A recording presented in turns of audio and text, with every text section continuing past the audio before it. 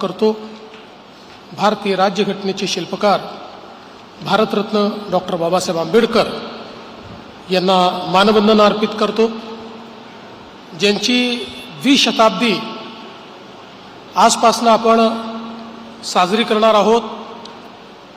ते महात्मा ज्योतिराव फुले आणि क्रांतीज्योती सावित्रीबाई फुले यांच्या चरणी नतमस्तक होतो।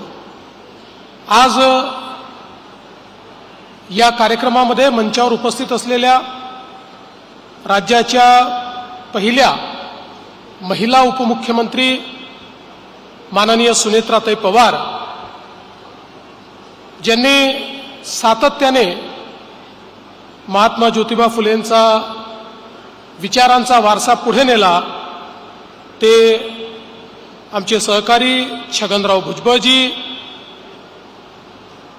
महात्मा फुलेंच्या गावकीतले त्यांनी सांगितलं आणि आपल्या भाषेत भावकीतले पण असे असलेले आमचे मंत्री जयकुमार गोरेजी, सन्माननीय चंद्रकांत दादा पाटील, दादाजी भुसे, सन्माननीय अतुलजी सावे, मंगलप्रभात लोढाजी, अदितीताई तटकरे, राज्यमंत्री योगेशजी कदम, या भागाच्या खासदार सुप्रियाताई सुळे,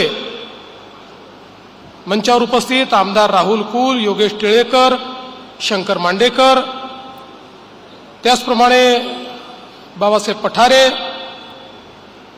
जिल्हा परिषदेचे अध्यक्ष वीर धवल जगदाळे, उपाध्यक्ष श्री विवेक वळसे पाटील, शेखर वडणे, त्याचप्रमाणे संजय जगताप, सचिंद्र प्रताप सिंग, चंद्रकांत पलकुंडवार, जितेंद्र डुडी, श्री गजानन पाटील, श्रीमती सोनाली मुळे, श्री संदीप कटके, श्री अजय इंगळे, ज्यांनी या शाळेकरता या ठिकाणी मदत केली, ते फियाट इंडियाचे राजेश खत्री, क्रिस्टल हाऊसचे राजू रोहणी,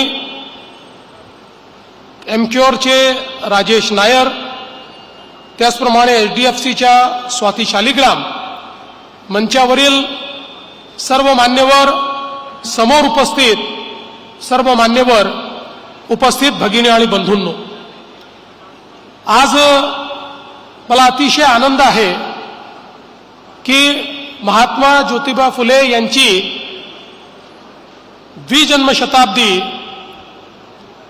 कुठून आपण सुरू करावी, त्याचा पहिला कार्यक्रम कुठे घ्यावा, अशा प्रकारचा विचार विनिमय सुरू करताना आमच्या नजरेस ही बाब आली की त्यांचं पैतृक गाव खानापूर या ठिकाणी जिल्हा परिषदेने अतिशय सुंदर अशा प्रकारची ही ज्योती सावित्री शाळा सुरू केली आहे आणि त्याच्या उद्घाटनाने जन्मशताब्दी सोहळ्याची सुरुवात होणं हे खऱ्या अर्थानं त्यांच्या विचाराला केलेली एक मानवंदना ठरेल आणि म्हणूनच आम्ही हा निर्णय केला आणि या ठिकाणी या उद्घाटनाने आजच्या या सोहळ्याची सुरुवात आपण केली। मी विशेष उल्लेख करेन आमचे सहकारी स्वर्गीय उपमुख्यमंत्री अजितदादा पवार यांचा, कारण दादांच्या पुढाकाराने, दादांच्या समर्थनाने जिल्हा परिषद या ठिकाणी ही शाळा उभारू शकलं। जमीन देण्यापासनं तर सगळ्या गोष्टींमध्ये दादांनी स्वतः यामध्ये विशेष लक्ष घातलं आणि आज अत्यंत सुंदर अशा प्रकारची शाळा, जी सीबीएसई स्कूल असणार आहे, काही मुलांची चर्चा आम्ही केली, लहान लहान मुलं आहेत पण अतिशय त्यांचे जे विचार आहेत ते प्रगल्भ आहेत आणि विशेषतः ज्या मुली त्या ठिकाणी लहान लहान ज्यांच्याशी चर्चा करायला मिळाली, त्यांच्यामध्ये खऱ्या अर्थानं क्रांतीज्योती सावित्रीबाई फुलेंचा आशीर्वाद आणि त्यांना अपेक्षित अशा प्रकारच्या छात्रा, अशा प्रकारच्या विद्यार्थिनी मला या ठिकाणी पाहायला मिळाल्या। आणि त्यासोबत शासनाच्या उपक्रमातून वेगवेगळे ज्या गोष्टी चालतात आमच्या शालेय शिक्षण विभागाच्या माध्यमातून, त्याही अनेक गोष्टी या ठिकाणी मला बघायला मिळाल्या. मला आनंद आहे की नासा आणि इस्रोला गेलेल्या आमच्या मुली होत्या, त्यांच्याशी चर्चा झाली. त्यासोबत महात्मा ज्योतिबा फुले नेहमी असं म्हणायचे की भाषा शिकल्या पाहिजेत आणि परदेशी भाषा देखील शिकल्या पाहिजेत. इथे फ्रेंच आणि जर्मन भाषा शिकणाऱ्या मुलींसोबत देखील आमची चर्चा झाली आणि अतिशय चांगल्या पद्धतीनं फ्रेंच आणि जर्मन भाषा त्यांनी बोलून दाखवली. अटल टिंकरिंग लॅब असेल किंवा AI ची लॅब असेल, आज मला अतिशय आनंद आहे की पुणे जिल्हा परिषदेने इंडस्ट्री 4.0 चौथं जे काही इंडस्ट्रियल रिव्होल्यूशन आहे त्याच्याशी संबंधित 100 शाळांमध्ये 100 लॅब्स याचं देखील उद्घाटन केलेलं आहे आणि त्याही मुलांचं ज्ञान पाहून मला अतिशय समाधान वाटलं. खरं म्हणजे मला असं वाटतं की एक प्रकारे कुठल्याही बेंचमार्कचा विचार केला तर अतिशय उत्तम अशा प्रकारची शाळा आहे आणि म्हणून मी जिल्हा परिषदेचं मनापासून अभिनंदन करतो आणि जे CSR पार्टनर्स आहेत त्यांचंही मी अतिशय मनापासून अभिनंदन करतो. आज त्यासोबत आमच्या कौशल्य विकास विभागाने पहिल्या टप्प्यामध्ये महात्मा ज्योतिराव फुले यांच्या नावाने कौशल्य प्रशिक्षण केंद्रांचं उद्घाटन केलेलं आहे आणि पुढच्या काळामध्ये महाराष्ट्रामध्ये अशा प्रकारचे 1000 केंद्र हे आपण उभारणार आहोत आणि त्यातनं कौशल्य प्रशिक्षित अशा प्रकारचं मानव संसाधन हे उभं करण्याचं काम हे या ठिकाणी आपण करणार आहोत.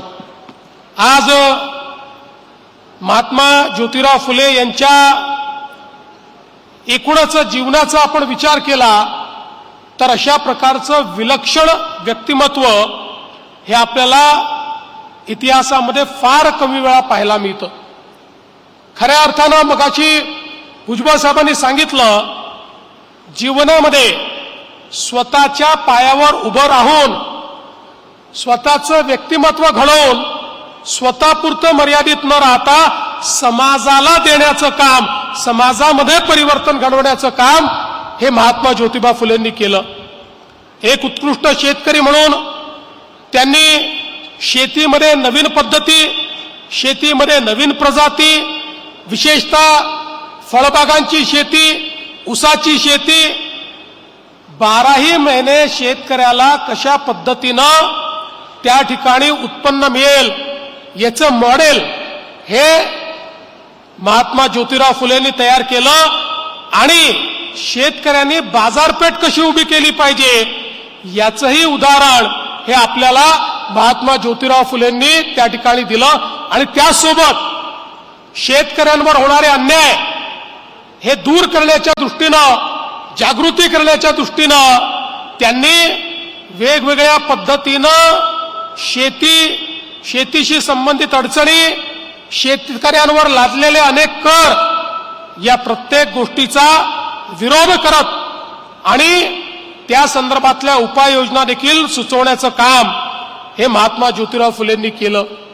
शेतीचं क्षेत्र असेल किंवा उद्योगाचं क्षेत्र असेल, ज्याचा उल्लेख झाला त्या काळातली त्यांची कंपनी ही इतकी मोठी होती जी स्वतः उभी केली होती. पहिल्यांदा बांधकाम साहित्याचं सप्लाय आणि त्यानंतर बांधकामाची कामं हातामध्ये घेऊन, आणि हे सांगितलं ते खरं आहे, मुंबई महानगरपालिकेची इमारत, आपण जर मुंबई महानगरपालिकेच्या इमारतीत गेलात तर तिथे एक बोर्ड लागलेला आहे आणि त्या बोर्डावर त्यांनी लिहिलं आहे की त्या काळामध्ये मुंबई महानगरपालिकेच्या इमारतीला बांधकामाकरता जेवढं एस्टिमेट सँक्शन झालं होतं त्याच्यापेक्षा 15% कमी पैशामध्ये त्याचं बांधकाम पूर्ण झालं, असा बोर्ड हा ब्रिटिशांनी त्या ठिकाणी लावून ठेवलेला आहे. आणि ते काम करणाऱ्यांपैकी एक महात्मा ज्योतिराव फुले होते. ही देखील किती अभिमानाची गोष्ट आहे. भायखळाचा पूल, परळचा रेल्वे वर्कशॉप, कात्रजचं टनेल, येरवडा जेल, या अनेक गोष्टी त्यांच्यातलं जे एक ऑन्टरप्रिन्युअर स्पिरिट आहे, एक उद्योजक आहेत, ती उद्योजकता दाखवणारं हे आपल्याला त्या ठिकाणी पाहायला मिळतं. एवढंच नाही तर आपल्याला कल्पना आहे की पुणे म्युन्सिपाल्टीमध्ये ते कमिशनर म्हणून नियुक्त झाले. त्या काळामध्ये नियुक्त जे लोक व्हायचे ते कमिशनर म्हणून व्हायचे, सदस्यांपेक्षा त्यांना कमिशनर म्हटलं जायचं. 7 वर्ष पुण्याच्या नगरपालिकेचे कमिशनर म्हणून त्यांनी त्या ठिकाणी त्या नगरपालिकेत काम केलं. शहर विकास कसा केला पाहिजे, शहराचं नियोजन कसं केलं पाहिजे आणि शहर समाजातल्या प्रत्येक व्यक्तीला आपलंसं वाटेल अशा प्रकारच्या व्यवस्था कशा केल्या पाहिजेत, शहरात राहणाऱ्यांचे विचार हे खुले असले पाहिजेत, त्याकरता शहराची रचना कशी खुल्या पद्धतीनं केली पाहिजे, असं नगर विकासाचं देखील एक मॉडेल हे महात्मा ज्योतिराव फुले यांनी तयार करून दाखवलं. त्यामुळे त्याही क्षेत्रातले एक्सपर्ट म्हणून, तज्ज्ञ म्हणून आज महात्मा ज्योतिराव फुलेंकडे आपण पाहू शकतो. अतिशय प्रगतिशील अशा प्रकारचा त्यांनी विचार केला. ते असं म्हणायचे की शहर ही केवळ एक भौतिक रचना नाहीये, ती लोकांच्या विचारांची आणि जीवनाचं देखील ते एक प्रतिबिंब आहे आणि म्हणून त्याच्यामध्ये दूरदृष्टीचा दृष्टिकोन असणं हे अत्यंत महत्वाचं आहे. त्या काळामध्ये महात्मा ज्योतिराव फुले यांनी शेअर बाजार समजून घेतला, शेअर बाजार कसा ऑपरेट होतोय समजून घेतलं आणि मग सामान्यातल्या सामान्य माणसाला शेअर बाजार कळला पाहिजे याकरता शेअर बाजार समजवणारं कविता त्यांनी तयार केली, गीत त्यांनी तयार केलं आणि सामान्यातल्या सामान्य माणसाला त्या कवितेतनं आणि गीतातनं त्या ठिकाणी शेअर बाजार हा समजवण्याचं काम त्यांनी केलं. आपल्याला माहिती आहे की ते सतत असं म्हणायचे की जोपर्यंत आपण शिक्षण घेत नाही तोपर्यंत आपल्याला मती येणार नाही आणि मती नाही तर गती नाही, गती नाही तर वित्त नाही आणि वित्त नसेल तर त्या ठिकाणी सर्वांची अवस्था ही शूद्र अतिशूद्र होत जाते, अन्यायच त्यांच्यावर होत जातो. आणि म्हणून शिक्षणही घेतलं पाहिजे, व्यवसायही केला पाहिजे आणि आपल्या पायावरही उभं राहिलं पाहिजे, हे सातत्याने त्यांचा आग्रह होता. आणि विशेषतः शिक्षणाचा प्रचार करत असताना आपल्याला कल्पना आहे क्रांतीज्योती सावित्रीबाई फुलेंचं नाव घेतल्याशिवाय महात्मा ज्योतिबा फुले यांचं व्यक्तिमत्व कधीच पूर्ण होऊ शकत नाही. त्या क्रांतीज्योतींच्या पाठीशी उभं राहून ज्यावेळी स्त्री शिक्षणाची मुहूर्तमेढ ही त्या ठिकाणी केली आणि भिडेवाड्याची पहिली शाळा ज्यावेळी सुरू झाली, आपल्याला कल्पना आहे समाजामध्ये स्त्रियांना मागासलेलं ठेवण्याची जी विचारसरणी होती त्या विचारसरणीच्या विरुद्ध एक मोठा लढा ते लढले. अतिशय कल्पकतेनं विधवा स्त्रियांचं केशवपन व्हायचं, समाजामध्ये जागृती करून लोक थांबत नाही. बघितल्यानंतर जे त्या काळात आमचा नाभिक समाज होता त्या समाजाला एकत्रित करून त्यांचा संप केला आणि त्यांनी सांगितलं काही झालं तरी आम्ही विधवांचे केस कापणार नाही, त्यांचं केशवपन करणार नाही आणि ही जी एक आपल्याकडे प्रथा होती ती प्रथा संपवण्याचं काम हे महात्मा ज्योतिबा फुलेंनी केलं. बालविवाहाची प्रथा संपवण्याचं काम हे महात्मा ज्योतिबा फुलेंनी केलं. आणि हे सगळं करत असताना आपल्याला कल्पना आहे की जी शिक्षणाची एक संपूर्ण व्यवस्था त्यांनी उभी केली आणि तदनंतर सत्यशोधक समाजाच्या माध्यमातून खऱ्या अर्थानं जो काही समाजातला भेद आहे तो भेद कसा दूर होईल आणि ज्या प्रकारे काही लोकांनी इतर लोकांना त्या ठिकाणी जखडण्याचं काम केलं होतं त्यातनं ते कसे मुक्त होतील, विचार कसे मुक्त होतील, अंधश्रद्धा कशा दूर होतील, भोंदूगिरी कशी संपेल, याकरता प्रचंड मोठं कार्य त्यांनी केलं. आणि त्यातूनच खऱ्या अर्थानं सत्यशोधक समाजाच्या माध्यमातून पुरोगामी अशा प्रकारचा विचार करणारे अनेक लोक हे त्या काळामध्ये तयार झालेले आपण बघितले. त्याची मुहूर्तमेढ त्यांनी केली. विशेषतः महात्मा ज्योतिबा फुलेंनी या ठिकाणी मानवी हक्काची सनद ही 1848 मध्ये मांडली आणि त्या सनदीच्या माध्यमातून कशा पद्धतीनं मानवी हक्काचं हनन होत आहे. जाती व्यवस्थेमुळे, वेगवेगळ्या प्रकारच्या भेदभावामुळे कशा प्रकारे मानवाचे हक्क हिरावले जात आहेत हे सांगणारे महात्मा ज्योतिराव फुले होते. आणि हे सगळं करत असताना आपल्यापैकी अनेकांना हे माहिती आहे की इंग्रजांनी एक प्रकारे छत्रपती शिवरायांच्या किल्ल्यांचा तर नाश केलाच होता, पण छत्रपती शिवरायांच्या सगळ्या स्मृती संपतील अशा प्रकारचा प्रयत्न केला होता. त्यावेळी छत्रपती शिवरायांची समाधी शोधून काढणारे हे महात्मा ज्योतिराव फुले होते. ती समाधी शोधून काढली आणि त्यानंतर महात्मा ज्योतिराव फुले आणि नंतर लोकमान्य बाळ गंगाधर टिळक यांनी त्या ठिकाणी खऱ्या अर्थानं शिवजयंतीचा उत्सव सुरू करून आणि पुन्हा एकदा छत्रपती शिवाजी महाराजांचं जे तेज आहे ते तेज आपल्यामध्ये रोवण्याचा प्रयत्न केला.